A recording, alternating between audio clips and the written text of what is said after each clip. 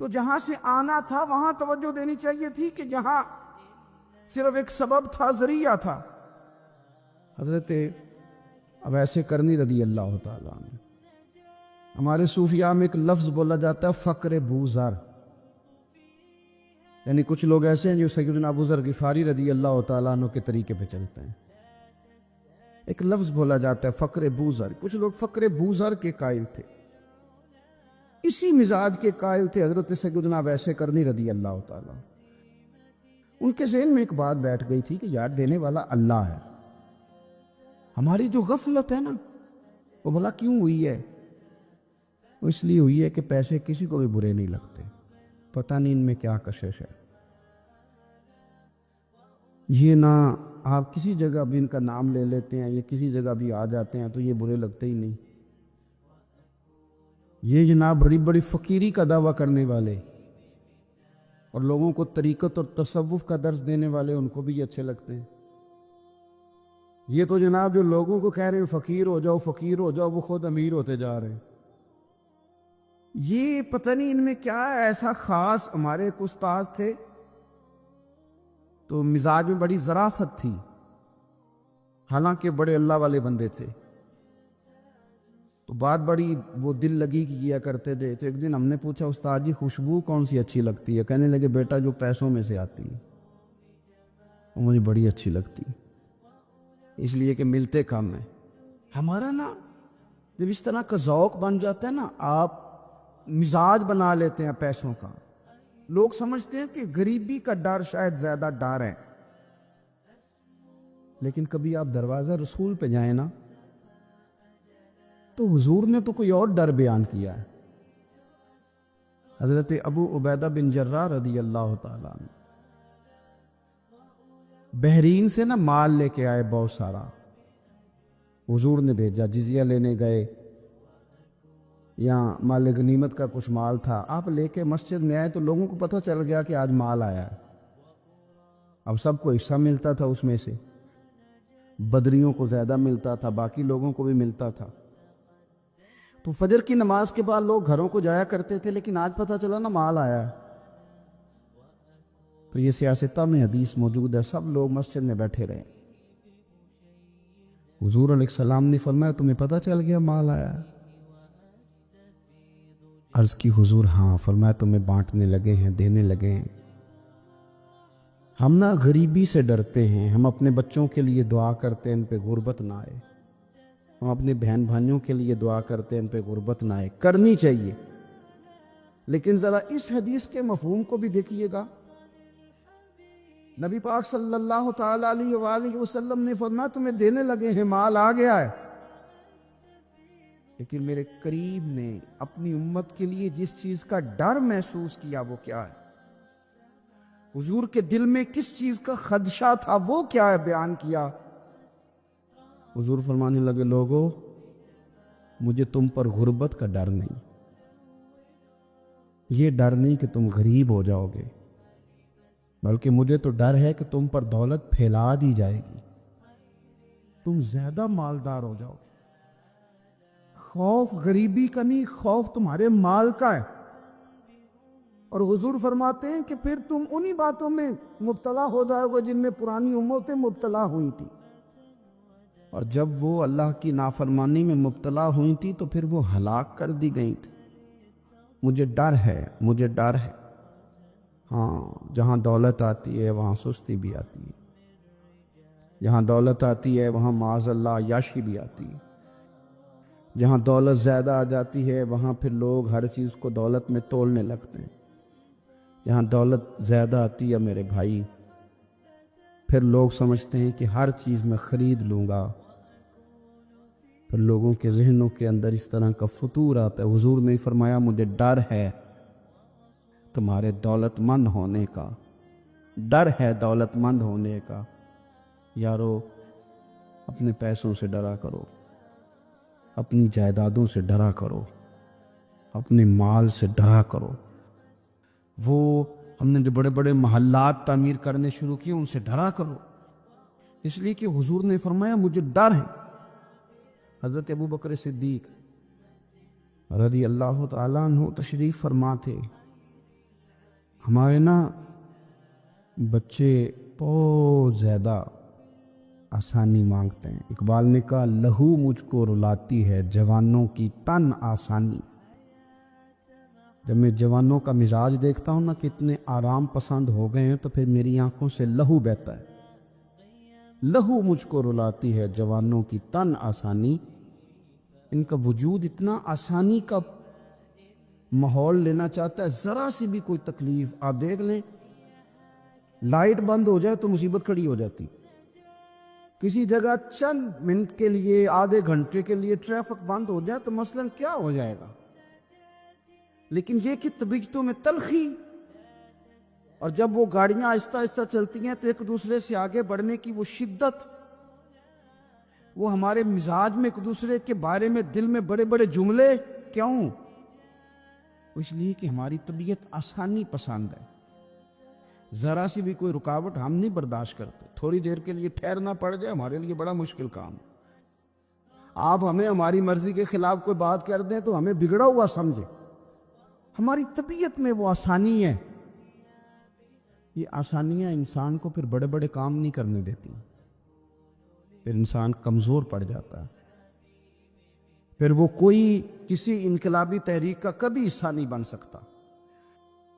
اگر وہ بڑی صلاحیت بھی رکھتا ہو تو وہ زندگی میں کوئی کارنامہ سر انجام نہیں دے پاتا, کیونکہ طبیعت میں آسانی آ گئی. اس کا مزاج ہی نہیں. جس بندے کو گرمی زیادہ لگتی ہے وہ کیسے آگے بڑھے گا؟ یہ سیٹھوں کے بیٹے, مالداروں کے بیٹے, پیروں کے بیٹے, بڑے بڑے جناب مشائخ کے صاحبزادگان الا ماشاءاللہ آگے نہ بڑھنے کی وجہ کیا ہے؟ صرف یہ ہے کہ طبیعت کا تقاضا یہ ہے کہ ایک آدمی نے رومال پکڑا ہے, دوسرے نے جوتا پکڑا ہے, تیسرا گاڑی کھول رہا ہے. جب آپ اس قدر زیادہ ان کو آسانیوں میں مبتلا کر دیتے ہیں پھر ان کے لیے جہاد کرنا, میدان میں نکلنا ممکن ہے.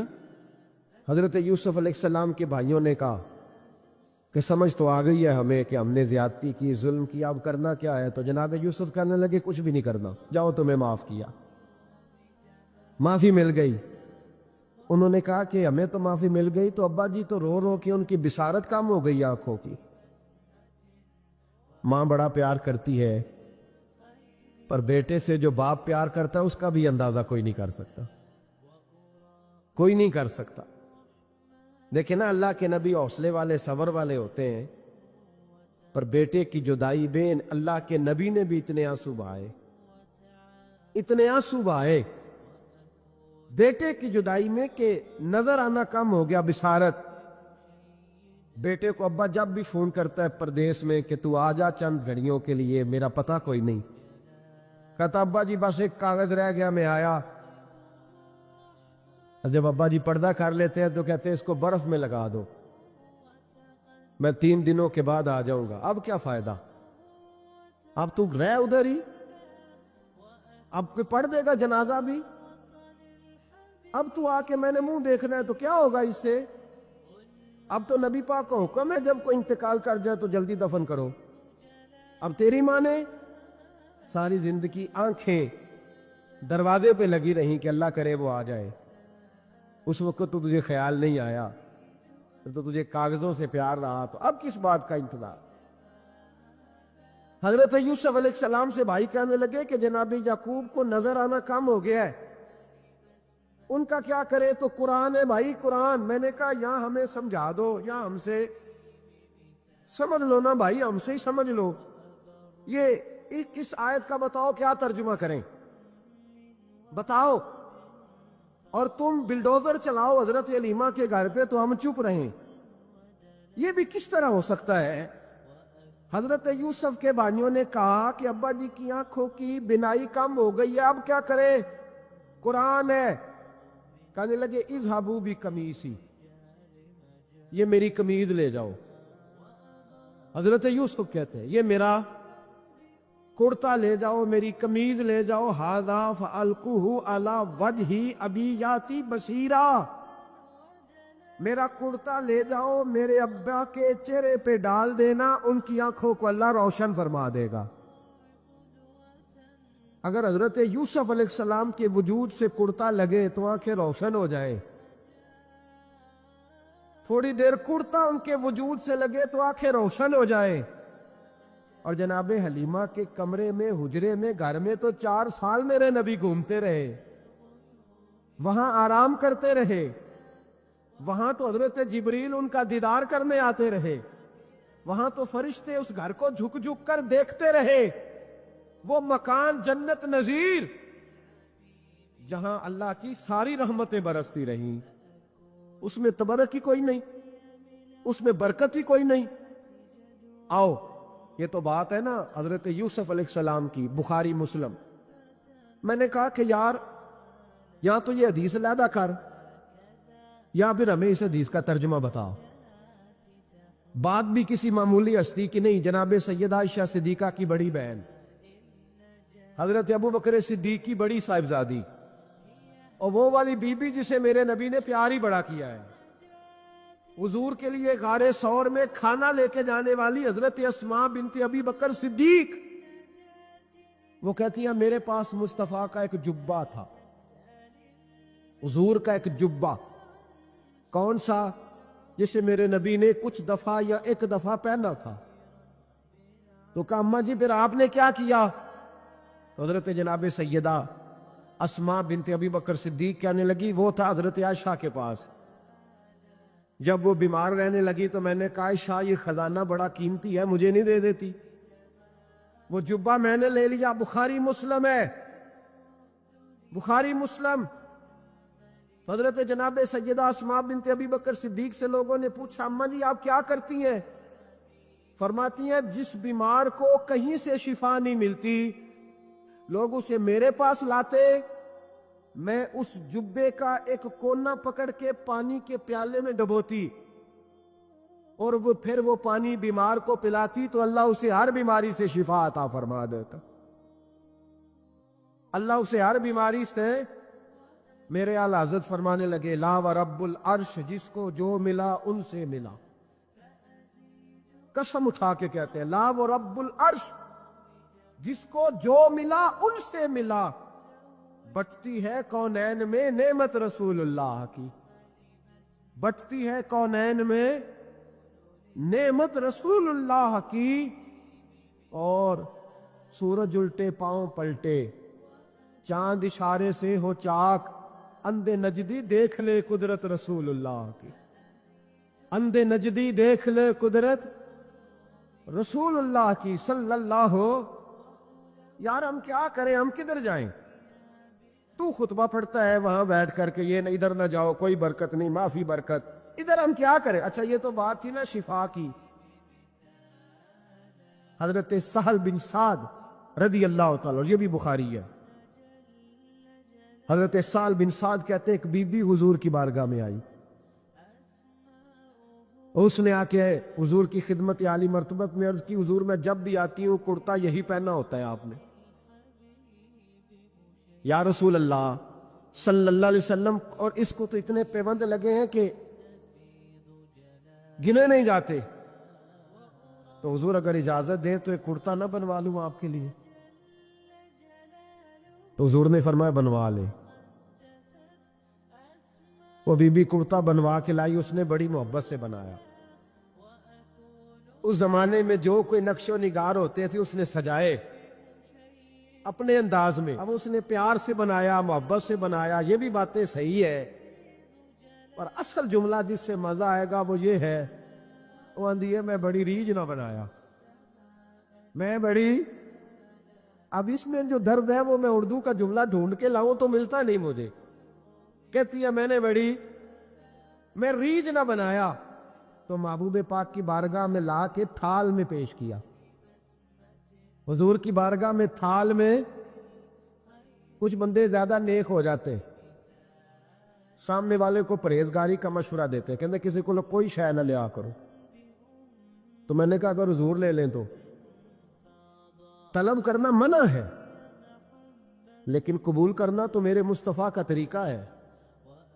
تو بھائی یہ ہمیں نہ اتنا ہی نیک بناؤ جتنا میرے رسول نے ہمیں بنایا ہے. 2 قدم آگے بڑھ کے کچھ لوگ مشورے دیتے ہیں، یہ مشورہ درست نہیں. نبی پاک نے فرمایا تو کسی سے طلب نہ کر، لیکن اگر کوئی تیری طرف تحفہ بڑھائے تو اسے قبول کر، محبت میں اضافہ ہوگا۔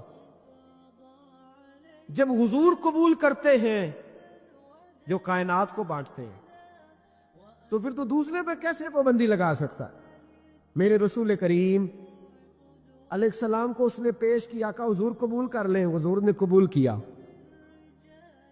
اب حضور اس کا چہرہ دیکھنے لگے، مسکرا کے فرمایا تیرا دل کرتا ہوگا میں پہن کے بھی دکھاؤں؟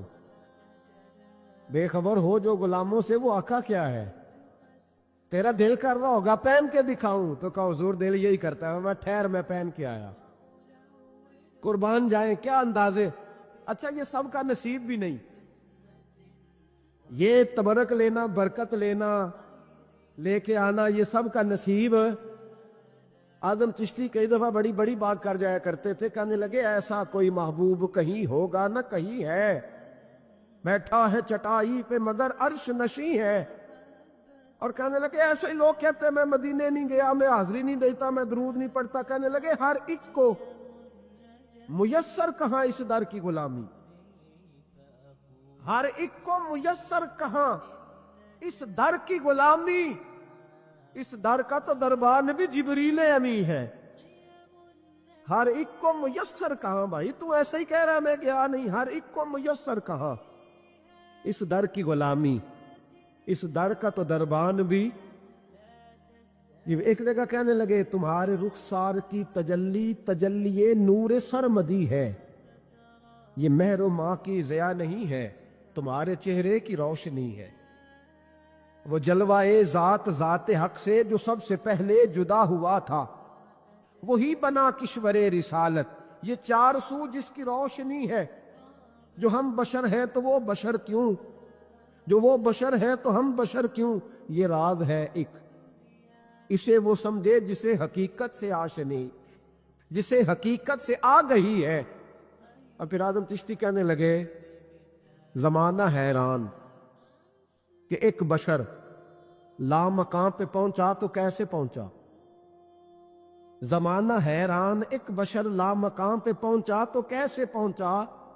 میں محو حیرت ہوں کہ عرش کی جاں زمین پہ کس طرح رہ رہی ہے، میں محو حیرت ہوں کہ عرش کی جاں زمین پہ کیسے رہ رہی ہے۔ تو بھائی نبی کریم علیہ السلام نے کہا تو ٹھہر میں پہن کے آیا۔ حضور اندر تشریف لے گئے، تھوڑی دیر کے بعد پہن کے آئے۔ اس خاتون کو اتنی خوشی ہوئی کہ اس کی آنکھوں میں آنسو ہی آ گئے، کہنے لگی دیکھو میرا نصیب میں بنا کے لائی ہوں، مصطفیٰ نے قبول فرمایا۔ بڑی راضی ہوئی، چلی گئی۔ حضرت سال بن سعد کہتے ہیں قریب ایک صحابی کھڑے تھے، اور شارحین نے لکھا ہے معمولی آدمی نہیں، حضرت عبد الرحمن ابن عوف تھے، صحابہ میں سب سے امیر آدمی۔ اللہ اکبر، ذرا لطف دیکھیے گا۔ کہتے ہیں وہ قریب کھڑے تھے، جب حضور نے پہنا نا تو تعریفیں کرنے لگے، کہنے لگے سوڑیاں کمال ہی ہو گئی ہے، معبوم کیا بات ہے۔ حضور اس کے بنانے کی محبت کی بھی کیا ہی بات ہے، پر جو اللہ نے رنگ روپ آپ کو عطا فرمایا اس کی بھی کیا ہی بات ہے۔ یا رسول اللہ اتنا پیارا لگ رہا ہے، اتنا پیارا۔ جب کوئی زیادہ تعریف کری نا تو تعریف کرنے والوں کی بھی اپنی اپنی نیتیں ہوتی ہے نا۔ جب زیادہ ہی تعریف کی تو حضور نے فرمایا تجھے پسند آ گیا دے دوں، اور پسند آ گیا تجھے۔ کچھ بندے سیانے ہوتے ہیں، پتا ہوتا ہے جو مرضی پہ آ کے دھیان ہی نہیں کرتا،